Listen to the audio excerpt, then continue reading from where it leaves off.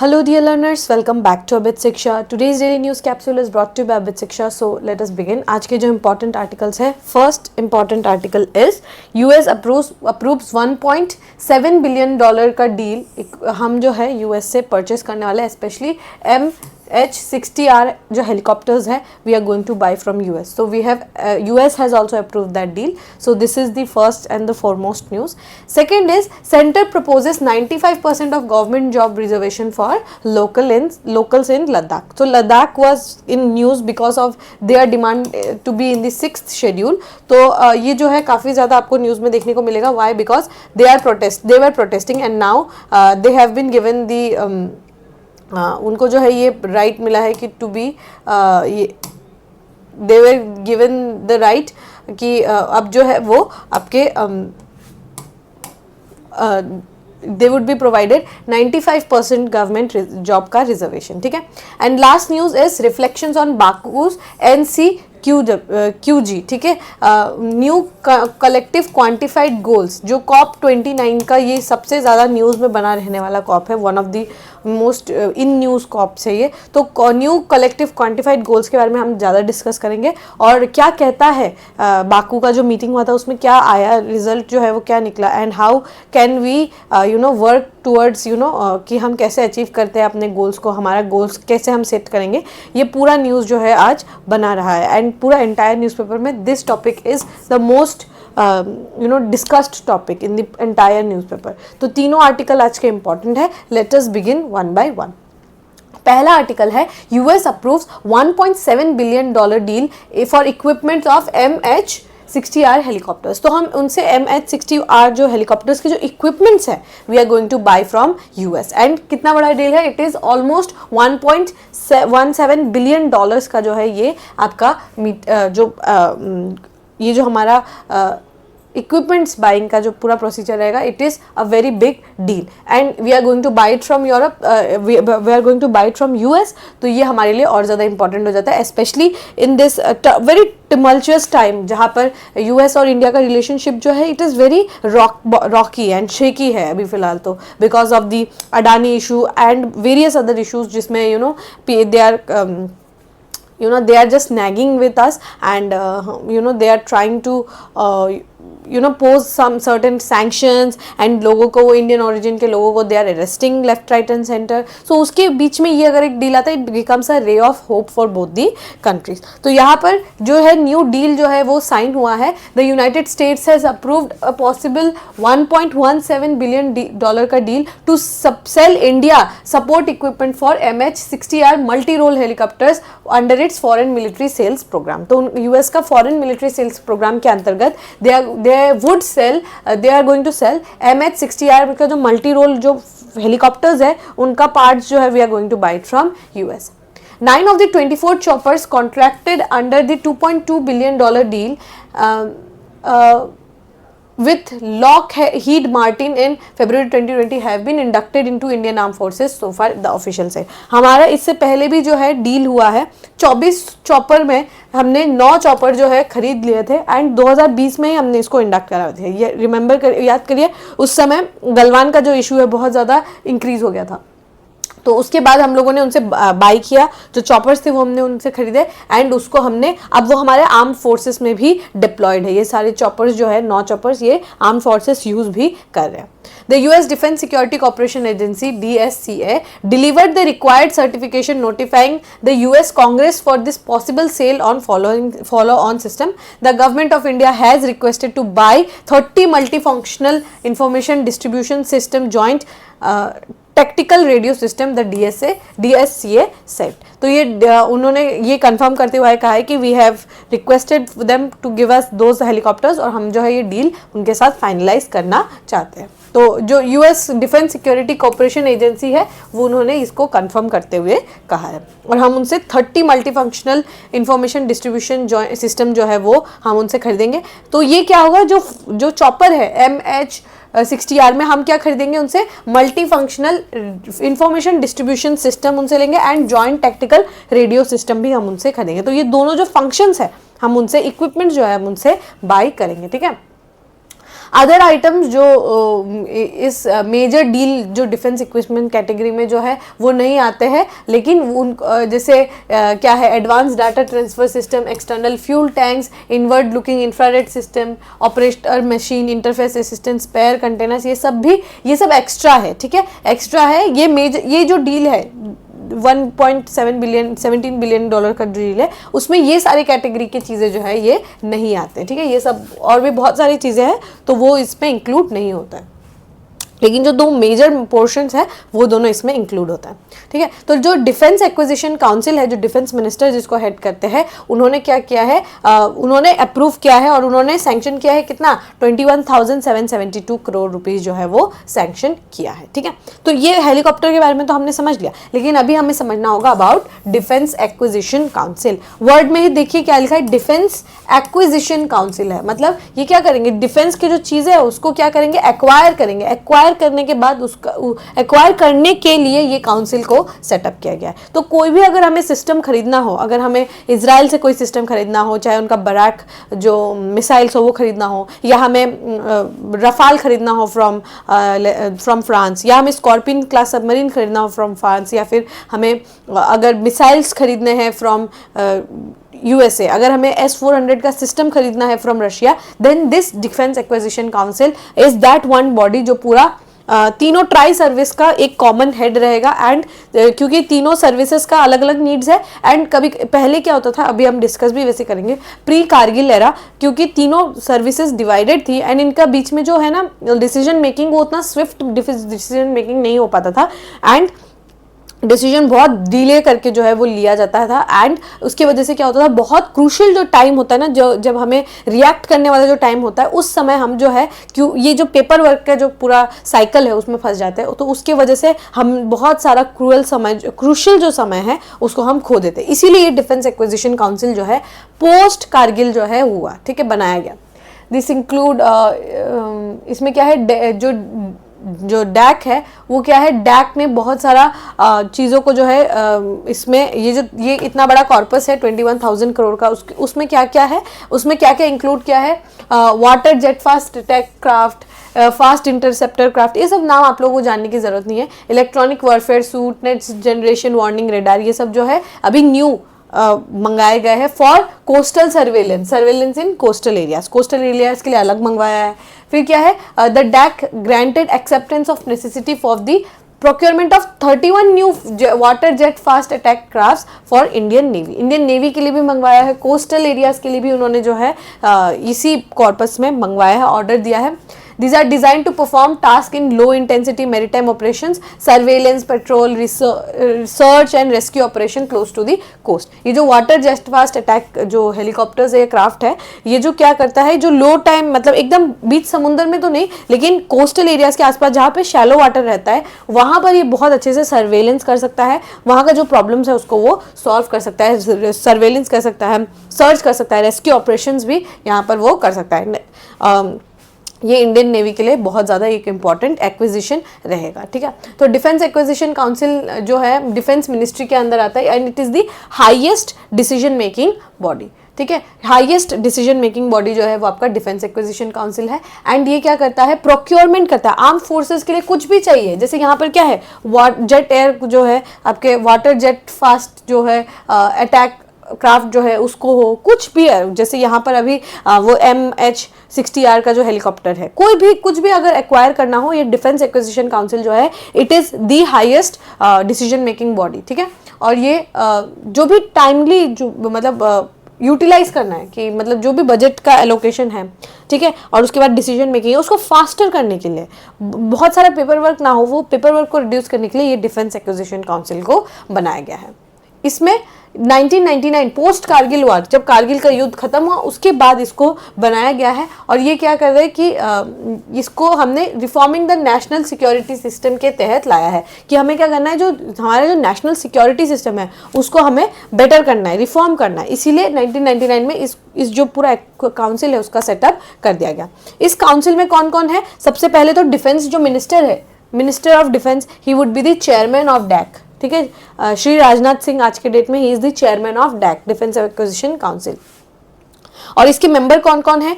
Chief of defence staff, chief of defence staff के बारे में हम पता है कि वो ट्राई सर्विसेज के चीफ है, साथ ही chief of the army, chief of the navy and chief of the air force, तीनों इसके मेंबर है। साथ ही चीफ ऑफ डिफेंस स्टाफ रहेंगे एंड आपके जो मिनिस्टर ऑफ जो आपके मिनिस्टर ऑफ डिफेंस है, डिफेंस मिनिस्टर जो है, he would be the chair and बाकी चारों, it means this is a 5 member body, ठीक है, it is a 5 member body जहाँ पर डिफेंस मिनिस्टर रहेंगे, ही would be the head and chief of defence staff, chief of navy, chief of army, chief of air force, ये सारे chiefs एक साथ रहेंगे and they would make the decision कि हमें क्या क्या चाहिए। तो फास्टर मूविंग होगा ना। एंड आप देखेंगे कि ट्राई सर्विस के जितने भी आपके चीफ्स हैं एंड साथ ही चीफ ऑफ डिफेंस स्टाफ जो CDS होंगे, डिफेंस स्टाफ के जो चीफ होंगे वो भी रहेंगे इसमें, और बाद साथ में डिफेंस मिनिस्टर भी रहेंगे। So it is a very holistic council and बहुत फास्टर अब होने लगा है, पहले के कंपैरिजन में it is very very fast now. जो भी हमें अगर चाहिए होता है, लेट्स से जब हमें MQ-9 भी ड्रोन्स चाहिए थे ड्यूरिंग द गलवान अटैक, फटक से हमने डिफेंस एक्विजिशन काउंसिल ने इसको अप्रूव किया एंड हमने परचेज भी किया।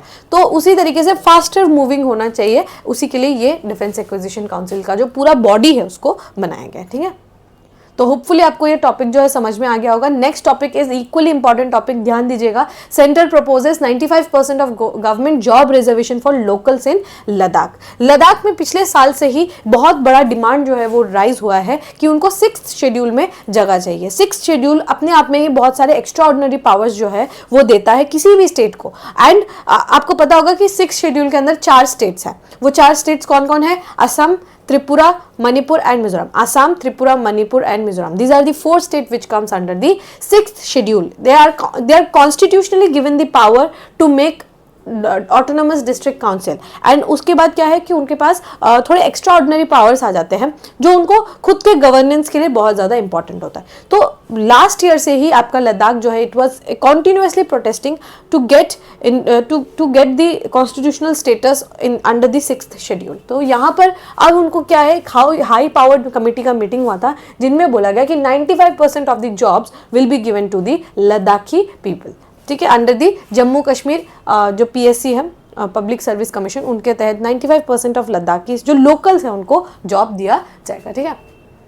The union ministry of home affairs has proposed 95 reservation of jobs, government jobs for local in Ladakh, 1/3 of reservation for women in hill council, ठीक है। लद्दाख का जॉब में लद्दाखी लोगों को ही मिलेगा, ठीक है। अगर जम्मू कश्मीर में let's say if there are 100 seats, उसमें अगर लद्दाख के पास 30 सीट्स है तो उसका 30 का 95% जितना भी सीट्स है, 25 seats, I am not very sure, but 30% का जो भी 30 सीट्स का जो भी 95% सीट्स है वो क्या होगा, it will be given to the Ladakhi population. तो लद्दाख में लद्दाखी पॉपुलेशन को ही जो लोकल्स है उनको जॉब दिया जाएगा। और यहाँ पर रिजर्वेशन भी है हिल काउंसिल में, ठीक है। हिल काउंसिल में विमेन के लिए रिजर्वेशन है एंड जो भी लैंड रिलेटेड मैटर्स है, जो भी मतलब और उन्होंने एग्री किया है कि वो कंसर्न्स है, जो भी कंसर्न्स है लैंड रिलेटेड मैटर्स को लेकर वो सॉल्व करेंगे। जो भी लीडर्स है उनके साथ मिलकर डिस्कस करके they would solve the land related issues, ठीक है। The center has also proposed to work on a draft ensuring constitutional safeguards to preserve the land and culture of Ladakh and also agreed to declare Urdu and Bhoti as the official languages of Ladakh. तो ये भी declare करेंगे कि लद्दाख का official language क्या रहेगा, Urdu and Bhoti, and constitutional safeguards भी दिया जाए, उसके लिए भी सेंटर ने जो है प्रपोज किया है, एक ड्राफ्ट जो है वो बनाएंगे। The ministry proposed to review 22 pending laws to address local concern, empowerment and wildlife areas. तो ये एक बड़ा सा एक्ट आने वाला है, I would say new year के समय, नेक्स्ट ईयर में भी बजट के समय पे भी अनाउंस जो है ये किया जा सकता है कि एक एक्ट आएगा जिसमें लद्दाख का क्या होगा वो हमें उस एक्ट के द्वारा पता चलेगा कि उस एक्ट में क्या प्रोविजंस है, लद्दाख को क्या प्रोविजंस दिए जा रहे हैं वो हमें उस एक्ट के तहत पता चलेगा। So that will be very interesting and हम पढ़ेंगे बहुत डिटेल में, उसको डिस्कस करेंगे। Ladakh has been protesting for 5 years since it's lost its constitutional safeguard. जो आर्टिकल 370 में उनको कॉन्स्टिट्यूशनल जो सेफगार्ड्स दिए जाते थे एंटायर जम्मू कश्मीर में ही लागू होता था, तो लद्दाख जब से 2019 से उनको वो पावर्स जो हटा दिए गए उसके उसके बाद से ही Ladakh has been continuously protesting, ठीक है। The next meeting is on January 15 where the 6th schedule will be discussed, he said. तो मैंने कहा था कि न्यू ईयर के समय जो है, कुछ न्यू ईयर के बाद ही जो है इसके बारे में हमें और डिटेल में पता चलेगा कि what is the constitutional standing of Ladakh, हमें लद्दाख को क्या पावर्स दिए जाएंगे वो हमें उसके बाद पता चलेगा। For the past 5 years, people in Ladakh have been pressing for 4 demands: statehood of Ladakh, inclusion of Ladakh in 6th schedule, ये सब जो है thus giving it a tribal status and job reservation for locals and parliamentary seat for each for Leh and Kargil। तो इनके 4 demands है, ठीक है। लद्दाख का जो है 4 डिमांड्स है। The 4 demands of Ladakh are: first, it's statehood of Ladakh, Ladakh को एक सेपरेट स्टेट बनाने के लिए। दूसरा क्या है, लद्दाख को 6th शेड्यूल में एंट्री दिलाने के लिए। और उसके बाद अगर जैसे वो 6th शेड्यूल में एंटर होगा तो उसको क्या मिलेगा, ट्राइबल स्टेटस मिल जाएगा। फिर क्या होना चाहिए, जॉब रिजर्वेशन होना चाहिए फॉर लोकल स्टेट, जो कि इस बार दे दिया गया है कि 95% जो जॉब रिजर्वेशन है वो लोकल्स को मिलेगा। And parliamentary seat each of Leh में एक पार्लियामेंट्री सीट एंड कारगिल में एक पार्लियामेंट्री सीट होना चाहिए। तो ये 4 डिमांड्स है आपके लद्दाख के। These are the 4 demands of Ladakhis कि ये 4 डिमांड उनके कंप्लीट होने चाहिए। So this is very very important कि ये डिमांड्स है, उनमें से एक को बारे में डिस्कस है। एंड सेकंड जो 6th शेड्यूल के बारे में, इसके बारे में भी January 15 में डिस्कशन होगा, January 15, 2025 में, ठीक है। तो तब उसके बाद हमें और डिटेल में पता चलेगा कि लद्दाख का स्टेटस जो है, लद्दाख को क्या स्टेटस दिया जाएगा। Let us see the difference between 5th and 6th schedule. आपको पता है दोनों ही ट्राइबल एरिया से रिलेटेड है, पर दोनों में डिफरेंस है, ओके। 5th शेड्यूल जो है इसमें 10 स्टेट्स आते हैं और वो एक्सक्लूड करते हैं वो स्टेट्स को जो 6th शेड्यूल में आते हैं। 6th शेड्यूल में 4 स्टेट्स आते हैं, ठीक है। 4 वो कौन कौन से स्टेट है, आसाम, त्रिपुरा, मेघालय एंड मिजोरम, ठीक है। तो ये 4 स्टेट्स आते हैं जो आपके 6th शेड्यूल में आते हैं। एंड 5th शेड्यूल में बाकी 10 स्टेट्स आते हैं, ठीक है। There are 10 states which comes under the 5th schedule. और ये क्या है, ये जो ट्राइबल एरियाज में है, ठीक है, ट्राइबल एरियाज में है, जो कहाँ अप्लाई होता है, ये tribal areas of many state in any states of India. जहाँ पे ट्राइबल एरियाज है, जैसे मैंने बताया 10 स्टेट में, जैसे आंध्र प्रदेश हो गया, ओडिशा हो गया, वहाँ पे भी ट्राइबल पॉपुलेशन, झारखंड है ट्राइबल पॉपुलेशन है, तो वहाँ पर 5th शेड्यूल का नियम कानून जो है वो लगता है। और ये क्या है, नॉर्थ ईस्ट के 4 स्टेट्स में, 6th शेड्यूल में नॉर्थ ईस्ट के जो 4 स्टेट्स है वहाँ पर ये अप्लाई होता है।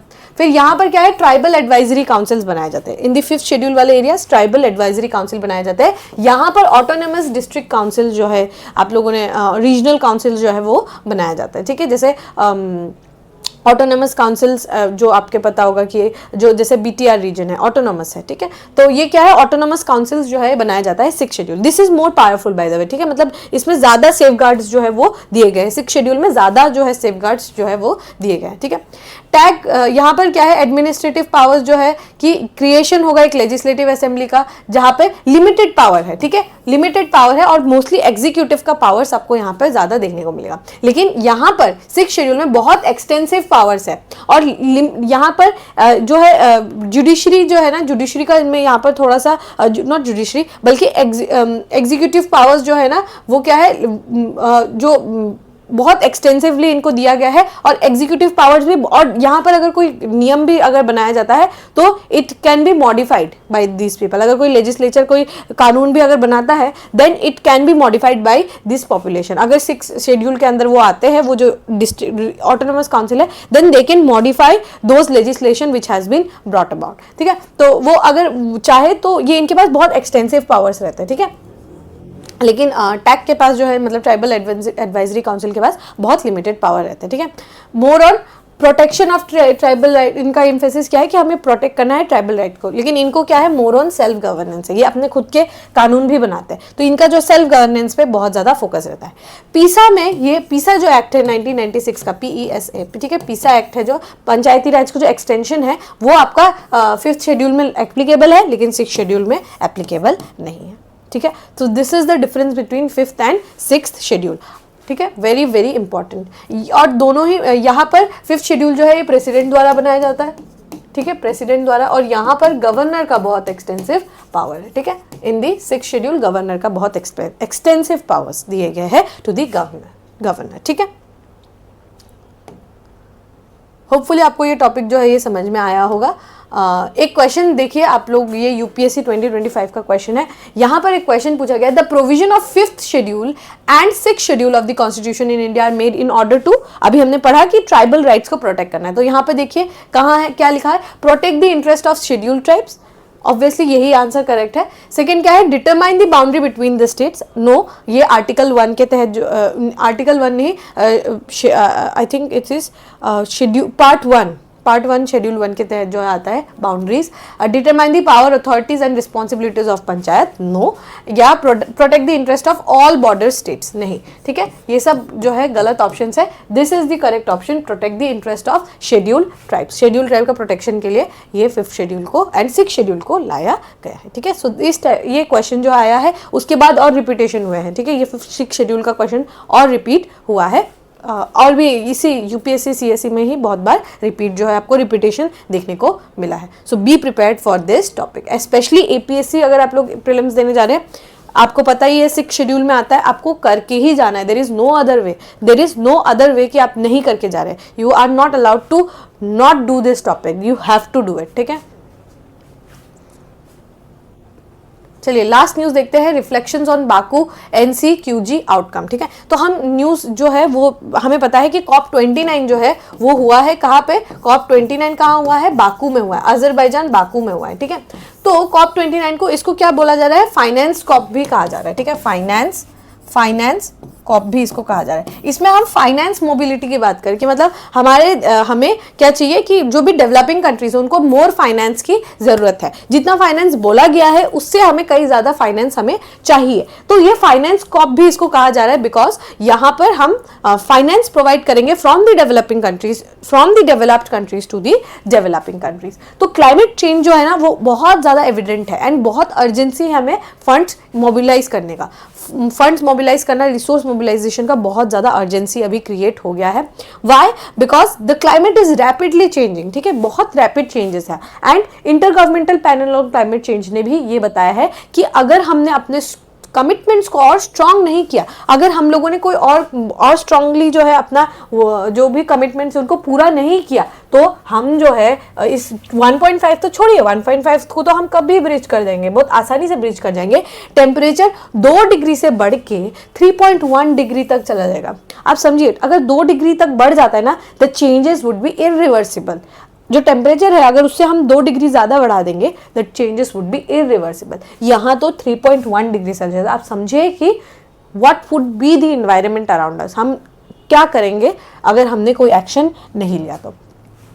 The increasingly visible impacts on climate change across geographies, apart from growing bodies of scientific evidence, serve the constant reminder of the need to accelerate climate action. हर एक चीज़, चाहे वो साइक्लोन आना हो, अर्थक्वेक आना हो, कुछ भी हो, क्लाइमेटिक चेंज से कुछ भी हो, बीमारियां हो, सब क्या बताता है कि हमें अपना जो क्लाइमेट एक्शन है उसे और तेज़ करना होगा और गति देना होगा और एक्सेलरेट करना होगा, वरना जो है हम ब्रीच करके काफ़ी ज़्यादा ब्रीच कर देंगे, जो क्लाइमेट लिमिट है उसको हम बहुत ज़्यादा ब्रीच कर देंगे। Cleaner fuels, technology, solutions are emerging across the sectors and could be increasingly accessed and deployed with adequate focus on the means of implementation. तो हमें क्या चाहिए, क्लीनर टेक्नोलॉजी चाहिए, फ्यूल क्लीनर चाहिए, जैसे इथेनॉल बेस्ड हो गया, बायोफ्यूल्स हो गया, ये हमें चाहिए, और हमारा फोकस होना चाहिए implementation, how are we going to implement those, और इम्प्लीमेंटेशन से पहले हमें तो रिसोर्सेज चाहिए होगा, तो रिसोर्सेज की बात यहाँ पे की गई है। Against the backdrop of COP 29 in Baku Azerbaijan, branded as the finance COP, इसी COP को हम क्या कहते हैं, फाइनेंस COP भी कह रहे हैं, बिकॉज फाइनेंस का मोबिलिटी का बात कर रहे हैं ना, इसीलिए इसको हम क्या कह रहे हैं, फाइनेंस COP। यहाँ पर हम क्या कह रहे हैं, हमने एक न्यू जो गोल है उसको बनाया है, उसको हम क्या कहते हैं, न्यू कलेक्टिव क्वांटिफाइड गोल, ठीक है। क्या है न्यू कलेक्टिव क्वांटिफाइड गोल्स, हम ये बनाना चाहते हैं कि एक नया गोल बनाए, नया गोल, और ये क्या होगा, इसमें कलेक्टिव एक्शन होगा, हर देश का कलेक्टिव एक्शन होगा, और ये गोल को हमें क्वांटिफाई करना है या फिर हमें उसको अचीव करना होगा। This is going to, it is very very important, okay, ये आपको ये टर्म जो है ये याद रखना है, न्यू कलेक्टिव क्वांटिफाइड गोल।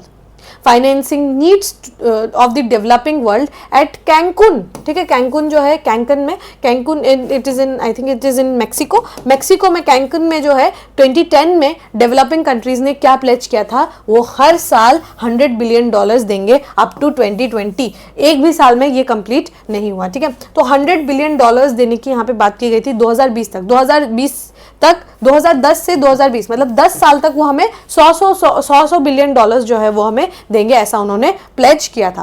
पर उसके बाद फिर COP21 का मीटिंग हुआ था इन पेरिस, तो पेरिस में हमने क्या कैंकुन का जो कमिटमेंट है उसको बेस की तरह रखा, और उसमें हमने क्या था, नेशनली डिटरमाइंड कंट्रीब्यूशन का कॉन्सेप्ट को लाया था, NDC, ठीक है। NDC को हमने लाया था कि हर कंट्री अपना खुद का एक गोल बनाएगा और उसको वो पूरा करेगा और वो खुद रिस्पॉन्सिबल रहेगा, ठीक है।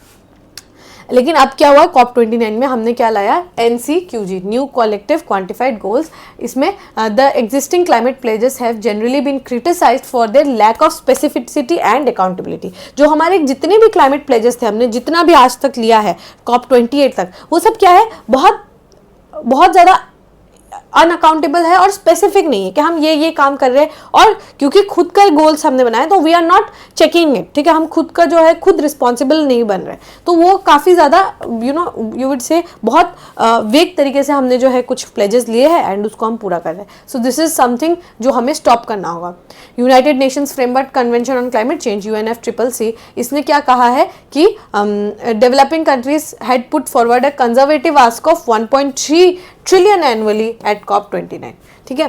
तो हमने कितना मांगा है, 1.3 ट्रिलियन डॉलर्स जो है हम लोगों ने मांगा है, एंड कितना है, हमें 2030 तक कितना चाहिए होगा, 1.5 ट्रिलियन, नॉट 1.5 to 7 ट्रिलियन जो है हमें डॉलर्स चाहिए होंगे, ताकि हम कितना पहुंच पाएंगे, नीड्स कितना है हमारा, half the needs of 98 countries. 98 countries का भी 100% नीड्स पूरा नहीं होगा 5 to 7 ट्रिलियन डॉलर्स में, only 50% of their needs would be need, उनका जो नीड्स है वो पूरा हो पाएगा। तो ये आप देख पाएंगे कि UNFCCC ने ये कहा है कि अगर हम 5 to 7 ट्रिलियन डॉलर्स भी देंगे 2030 तक, तब भी 98 कंट्रीज का सिर्फ 50% of the needs will be met, ठीक है, इतना ही मेट हम कर पाएंगे। However, the developed world has in the NCQG agreed to provide an abysmal figure of 300 billion annually till 2035। तो यहाँ पर हम डिमांड कर रहे हैं कि 1.3 ट्रिलियन डॉलर दिया जाए, ये हमें कहते हैं कि हम आपको सिर्फ 300 बिलियन डॉलर एनुअली देंगे, वो भी 2035 तक। ये कितना कम वो हमें पैसा जो है वो देंगे, एंड मतलब दे एक्सपेक्ट अस कि क्लाइमेट चेंज ना हो, एंड मतलब the hypocrisy of the west is always shown कि मतलब जो डेवलप्ड कंट्रीज है they are not ready to let go of the powers, या फिर जो पैसे वो कमा रहे they are not ready to let go, and the sufferings would be real, ठीक है। ये जो बहुत स्टबर्ननेस जो वो शो कर रहे हैं, the sufferings would be very real, हमें देखने को मिलेगा इन द कमिंग एरा, जो 2030-40 तक जब तक आएगा, we would see a very drastic change in the society बहुत। और सबसे ज़्यादा पता है कौन ही सफ़र करेगा, जो भी डेवलपिंग कंट्रीज़ है, ठीक है। To be very frank, India, Bangladesh, जो साउथ एशियन कंट्रीज है, जो पैसिफिक आइलैंड की कंट्रीज है,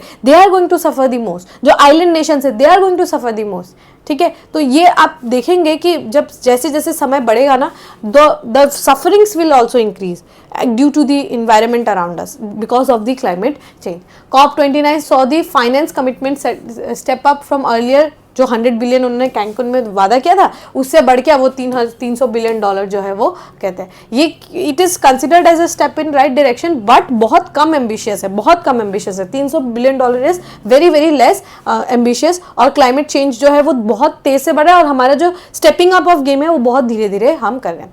मॉन्ट्रियल प्रोटोकॉल जब 1989 में आया था, उसने क्या किया था कि ओजोन लेयर डिप्लीशन को रोकने के लिए कहा, ठीक है। और जो रेफ्रिजरेशन में यूज़ करने वाला क्लोरोफ्लोरोकार्बन्स, उसको रोकने के लिए कहा। तो जब जैसा जील हमने उस समय दिखाया था, अगर उस टाइप का जील जो है हम अभी दिखाए, तो हम भी ओजोन लेयर डिप्लीशन की तरह, मतलब ओजोन लेयर इज अभी हम लोग उसको, मतलब अभी भी डिप्लीशन तो हो रहा है, लेकिन उतना तेज़ी से नहीं हो रहा जितना CFCs करता था।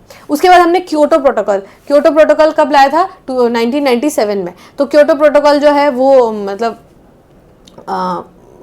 उसके आया, लेकिन इट वाज अ फेलियर। फिर 2015 में जो पेरिस एग्रीमेंट है कि हमें 2.2 डिग्री सेल्सियस के बिलो रखना है। ये सब जो है ग्लोबल टारगेट्स हमने सेट किए थे, लेकिन और हर 5 साल में जो है हम अपना टारगेट्स को वेरीफाई करेंगे, रिवाइज करेंगे, ठीक है, चेक करेंगे, लेकिन ये सब जो है कुछ खास हमें इम्पैक्ट जो है वो दिखा नहीं पा रहा है, ठीक है। While the global consensus and funding remain elusive, बहुत कंसेंसस तो बहुत दूर की बात है, फंडिंग भी बहुत ही कम रहा है। Local and national actions are making tangible progress. जो हर देश है जैसे India, we are making a very tangible progress, हम बहुत अच्छे से प्रोग्रेस कर रहे हैं, हमारे एफर्ट्स भी दिखाई दे रहे हैं, ठीक है। तो हमारा जो लोकल और जो रीजनल जो हमारा एक्शंस है वो ज़्यादा वर्क कर रहा है instead of the international collaboration जो हमें चाहिए, ठीक है। सो यहाँ पर वही डिस्कस की गई है and this is very very important, ठीक है, बहुत बहुत ज़्यादा ये इंपॉर्टेंट टॉपिक है जो आपको अच्छे से करना होगा, ठीक है। And trust me there will be one question next year from this topic only, ठीक है। तो इसको ढंग से प्रिपेयर करिएगा, बहुत इंपॉर्टेंट है। बाकू का जो मीटिंग है it is very very important. Figures को याद रखिएगा and do study about the new collective quantified goals, ठीक है, इसके बारे में भी अच्छे से पढ़िएगा, ठीक है। चलिए, with this we have come to end of today's daily news discussion. If you have liked this discussion, don't forget to give a like and write down in the comment section. We will meet in the next discussion. Till then, take care and thank you.